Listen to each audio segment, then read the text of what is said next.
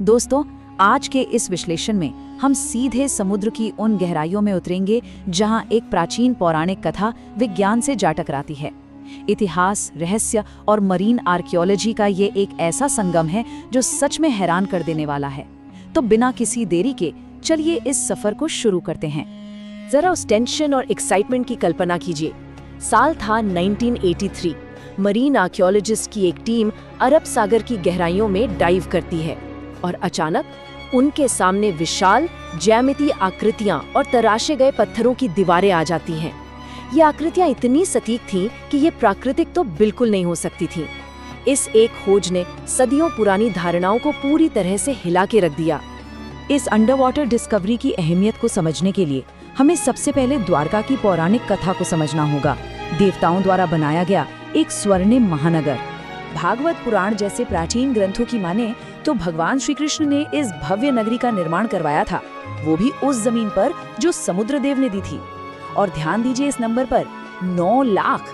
जी हाँ, कहा जाता है कि इस आत्मनिर्भर महानगर में 9 लाख से ज्यादा महल थे, जिन्हें चांदी, सोने और बेशकीमती रत्नों से सजाया गया था।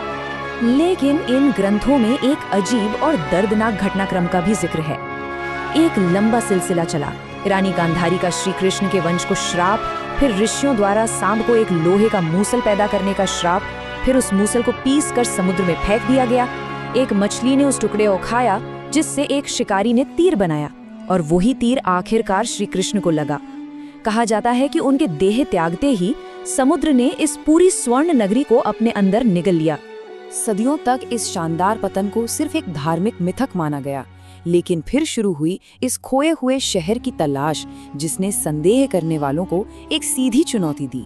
मिथक से सच्चाई तक का ये सफर कई दशकों में तय हुआ। 1930 के दशक में लोकल मछुआरों और पायलट्स ने पानी के अंदर अजीब आकृतियां देखनी शुरू की। फिर 1963 में ASI को बेट द्वारिका में प्राचीन बर्तन मिले। पर असली टर्निंग पॉइंट था 1970 का दशक, जब 6वीं शताब्दी का एक ताम्रपत्र सामने आया। इस दस्तावेज ने स्पष्ट रूप से ऐतिहासिक राजाओं को इस पौराणिक शहर से जोड़ दिया। अब इस फिजिकल प्रूफ को ढूंढने के मुश्किल मिशन को लीड कर रहे थे डॉक्टर SR राव। और पता है सबसे हैरान करने वाली बात क्या है? उन्होंने भारत का पहला मरीन आर्कियोलॉजिकल एक्सपेडिशन शुरू किया, सिर्फ और सिर्फ 800 रुपए के शुरुआती बजट में। बिल्कुल सही, मात्र 800 रुपए। एक तरफ संसाधनों की भारी कमी थी, दूसरी तरफ एकेडमिक दुनिया सवाल उठा रही थी।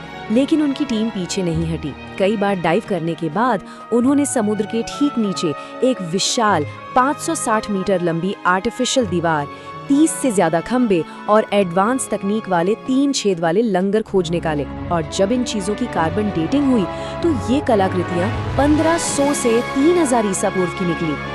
बहुत से आलोचकों ने इस पूरे एक्सपीडिशन को केवल एक पौराणिक कथाओं का पुनरुद्धार कहकर खारिज करना चाहा, पर डॉक्टर राव ने बड़ी मजबूती से अपने निष्कर्षों का बचाव किया। उनका तर्क बड़ा सीधा था। मैं इन ग्रंथों को धार्मिक किताबें नहीं बल्कि ऐतिहासिक दस्तावेज मानता हूँ। जब रोम, एथेंस और बेबीलोन जैसे प्राचीन शहरों की खुदाई हो सकती है तो द्वारका की क्यों नहीं? अब यहाँ एंट्री होती है मॉडर्न टेक्नोलॉजी की। चलिए देखते हैं कैसे विज्ञान ने हाईटेक मैपिंग और कार्बन डेटिंग से इस रहस्य को सुलझाया।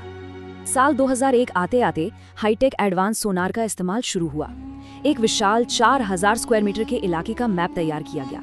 इसमें विशाल चूना पत्थर के ब्लॉक्स और काफी जटिल जल निकासी प्रणाली मिली। पर सबसे बड़ा झटका तब लगा जब वहां से मिले मिट्टी के बर्तनों की कार्बन डेटिंग हुई। वो 9000 साल पुराने निकले। इसका मतलब है हड़प्पा सभ्यता से भी कई हजार साल पहले के। और यहीं पर इस पूरे विश्लेषण का सबसे दिलचस्प विरोधाभास निकल कर आता है। एक तरफ हमारी प्राचीन कथाएं कहती हैं कि श्राप और ईश्वरीय प्रकोप की वजह से शहर डूबा, वहीं दूसरी तरफ मरीन जियोलॉजिस्ट्स इसे ग्लोबल सी लेवल बढ़ने और विशाल सुनामी का नतीजा मानते हैं। पिछले 20,000 सालों का ग्लोबल डेटा बिल्कुल साफ बताता है कि करीब 5000 ईसा पूर्व के आसपास समुद्र के स्तर में अचानक बहुत तेजी से इजाफा हुआ था। ये पूरी दुनिया में मिले सुनामी के सबूतों से मैच करता है और एकदम सटीक तरीके से समझाता है कि कैसे प्रकृति की एक विशाल ताकत ने इस तटीय शहर को निगल लिया।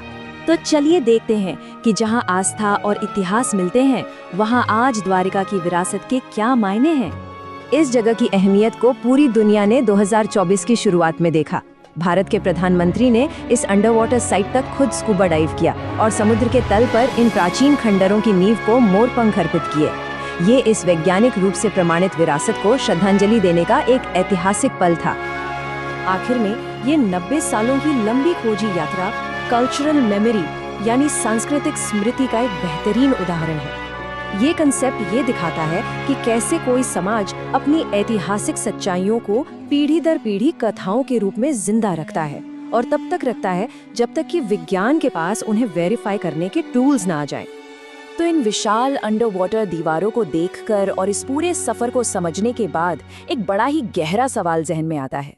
अगर द्वारका जैसा शहर, जिसे सदियों तक सिर्फ एक मिथक माना जाता था, वो एक सच्ची डूबी हुई सभ्यता निकल सकती है, तो ऐसी और कितनी प्राचीन कहानियां हैं जिन्हें हम सिर्फ कल्पना मान लेते हैं, लेकिन वे बस विज्ञान की रोशनी में उजागर होने का इंतजार कर रही हैं।